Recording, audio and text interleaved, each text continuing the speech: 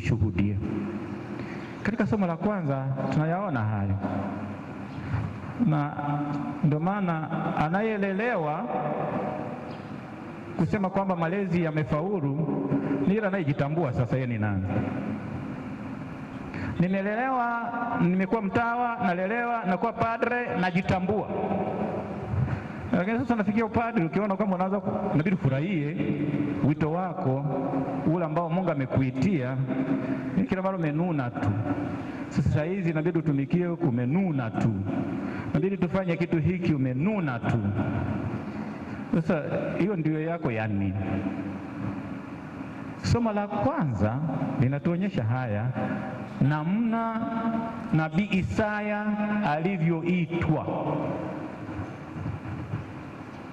Inawezekana alikuwa hekaluni au ni katika tafakari yake analiona hekalu ndani mwake, na hiyo anamuona Mungu wa majeshi. Anaona hivyo, na anavyoona hivyo anajitambua yeye ni nani na yuko mahali gani, yuko patakatifu, na anatambua udhaifu wake, na katika kutambua udhaifu wake anakiri. Na si tu kwamba yeye peke yake ndio yuko hivyo, lakini vile vile kule anakoishi, ole wangu mimi, nimemwona Mungu wa majeshi, mtakatifu wa watakatifu.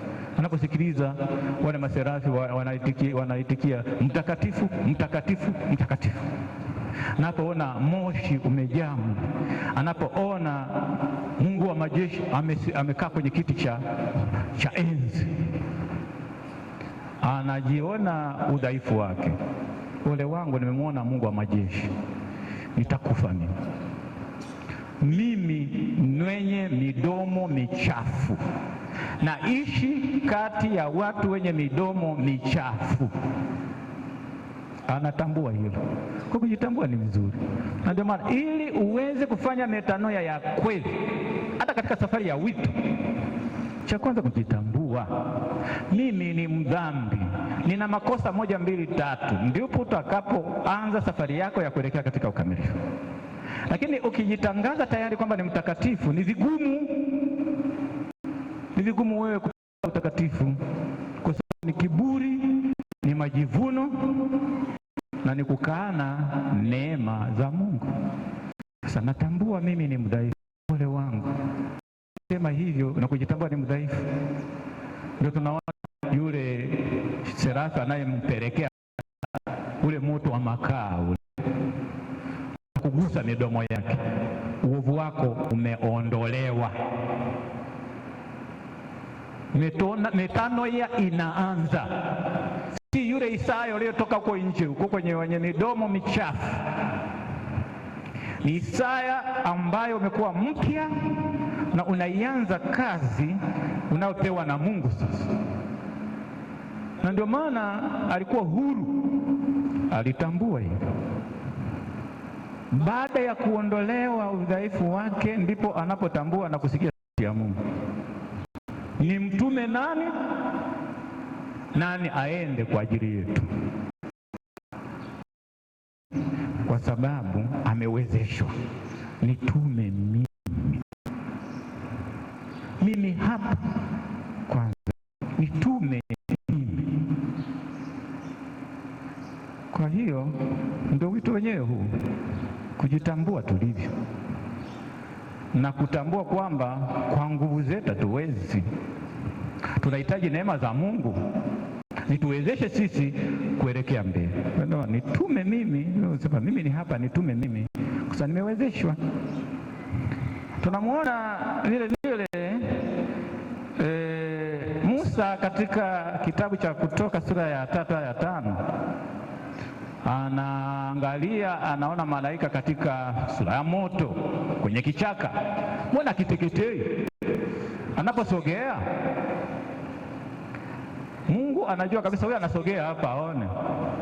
Anamwambia Musa, vua viatu vyako, mahali hapa ni patakatifu. Inaweza ikawa fundisho hata kwetu. Ninapoingia katika wito, naingia patakatifu. Pengine nimeleta michanga, nimebeba kwenye viatu vyangu huko, nimekanyaga vitu vya ajabu, alafu ninapoingia katika wito huo nachanganya, sieleweki sasa kwamba ni mtu huyu yukoje huyu. Huwa viatu vyako, unaingia patakatifu, wito huo ni mtakatifu, na kwa sababu hiyo kila mara ujitathmini. Watu wote hawa, ukimwangalia Isaya, ukimwangalia Musa, walikuwa wamebadilika, wamechukua mwelekeo, na huo mwelekeo umewatawala maisha yao yote. Musa ameongoza watu kule jangwani mpaka atakapomaliza maisha yake. Isaya hivyo hivyo ameweza kutabiri mpaka mwisho wake. Lakini mama Bikira Maria ni mfano wetu, na yeye akiwa patakatifu, akiwa na malaika, mimi ni mjakazi wa Bwana, nitendewe kama ulivyosema. Ile ndiyo imeendelea mpaka msalabani, mpaka mwisho. Kwa anakuwa mfano wetu, na tunapoangalia hivi hao watakuwa mfano wetu. Lakini vile vile tunapoitwa, hatuitwi kwenda kukaa peke yetu, tunaitwa kwenda kuishi na watu, tunaitwa kwenda kuishi na watu, tunaitwa kutumikia watu. Tunaangalia katika somo la pili, linatukumbusha nini kinaweza kutufanya tusiende nje ya mwelekeo wetu na wito wetu. Katika somo hili linaelezea jumuiya ya kwanza ya Wakristo walivyodunisha ushirika. Hawakuweza kupambana pamoja na ubinadamu wao wote, kwa sababu kuna vitu viliwaongoza. Katika somo hili tunasema wakawa wakidumu katika uaminifu kwa mafundisho ya mitume. Mafundisho ya mitume yaliwaongoza wadumu na wewe waaminifu, wakadumu katika ushirika. Kwa mafundisho ya mitume, leo hii sisi sote ambao ni kanisa la Mungu tunaongozwa na mafundisho ya mama kanisa. Niwe na kipaji chochote kile, niwe nina uwezo wowote ule, niwe na akili za ajabu, lakini nipo kanisani, kipaji kile nikitumie kwa sifa na utukufu wa Mungu katika kanisa. Niangalie mafundisho ya kanisa yanasema nini, ili isiwe kinyume. Ninakuwa kinyume na mafundisho na kanisa, najitenga. Kuna mengine anajifanya kuwa mnafahamu yoyote, nataweza kanisa chochote. Kwa walikuwa waaminifu katika mafundisho ya mitume. Tunapokuwa waaminifu katika mafundisho ya kanisa, tukafuatilia mafundisho yote, maadhimisho yetu, kama nilivyowaambia wengine fulani kwamba unajua nguzo tatu za maisha zinatuongoza. Cha kwanza ni neno la Mungu, cha pili maadhimisho ya liturujia, ni cha tatu vile vile tendo ya huruma. Na yote haya yanatibiwa na kanisa lenyewe, mafundisho mama kanisa. Ndiye anayeelea imani yetu, ndiye anawaambia wanangu, hapa inaonekana kuna mchanganyiko, pite njia hii. Lazima tuwatii katika hilo, na tutadumu katika ushirika. Kwa hawa walidumu katika ushirika, na kwa ushirika huo walihudumia, wakaumega mkate, maana wakafanya adhimisho la Ekaristi Takatifu, chemichemi ya uhai wa imani yao na wa kanisa. Lakini wakadumu katika sala, wakasali pamoja. Katika sala hiyo wakajua wanaongea na Mungu. Kwa haya yaliwafanya waweze kudumu pamoja. Kwa msingi wa jumuiya ya Kikristo ni huo. Hii jumuiya ya Kikristo haipo nje ya kanisa, kwa ndani ya kanisa. Na ndio maana tunamwangalia ambaye ni mfano wetu na ni dira yetu, Yesu Kristo mwenyewe. Tunaona mfano wa kazi yake aliyoifanya hapa duniani, na ndio maana tunajiuliza sisi kama wenye daraja, sema kwamba utambulisho wa padri ni nani? Kitambulisho cha padri ni kipi? ni Kristo mwingine. Maanake ni Kristo mwingine. Kwa hiyo ni hadhi kubwa sana, Kristo mwingine. Maanake yoyote anayemwangalia padri anamuona Kristo mwingine.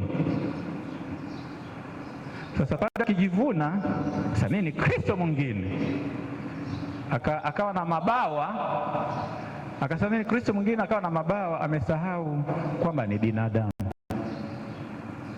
Na ndio maana katika hadhi hii kubwa tuliyo nayo tunahitaji kuwa wanyenyekevu, kwamba unyenyekevu wetu utufanye tumwangalie yule Kristo mwenyewe, na sisi Kristo wengine, lakini tunamwangalia yule Kristo mwenyewe.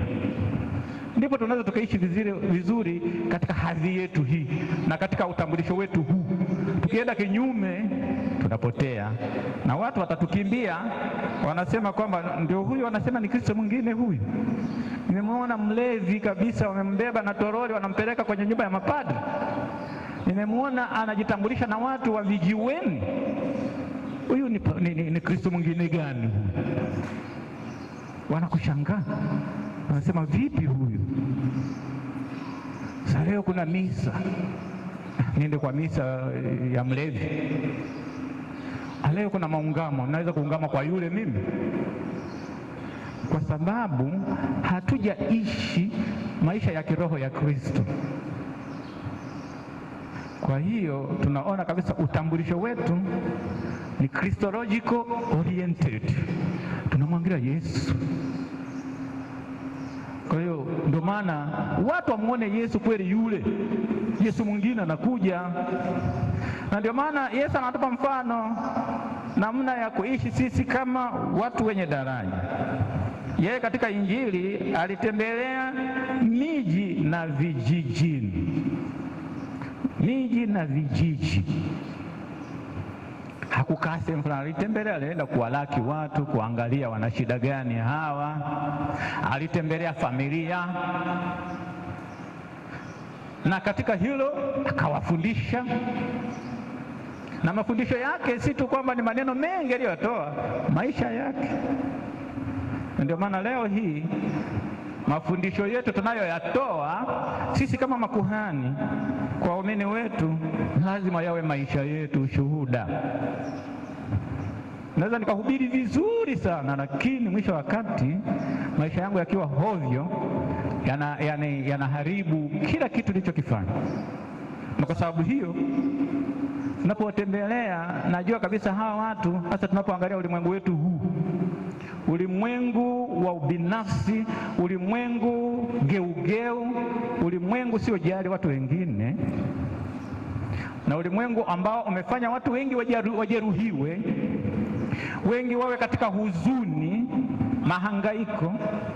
Wanapomwendea Kristo mwingine ambaye ni kuhani huyu, ni padri huyu, wanategemewa, pamoja na kwamba wametendwa huko, wamevurugwa huko, wanapata ahueni kwake. Sasa kiona na yeye anavuruga tena, kwa mtindo huo nimepotea mimi.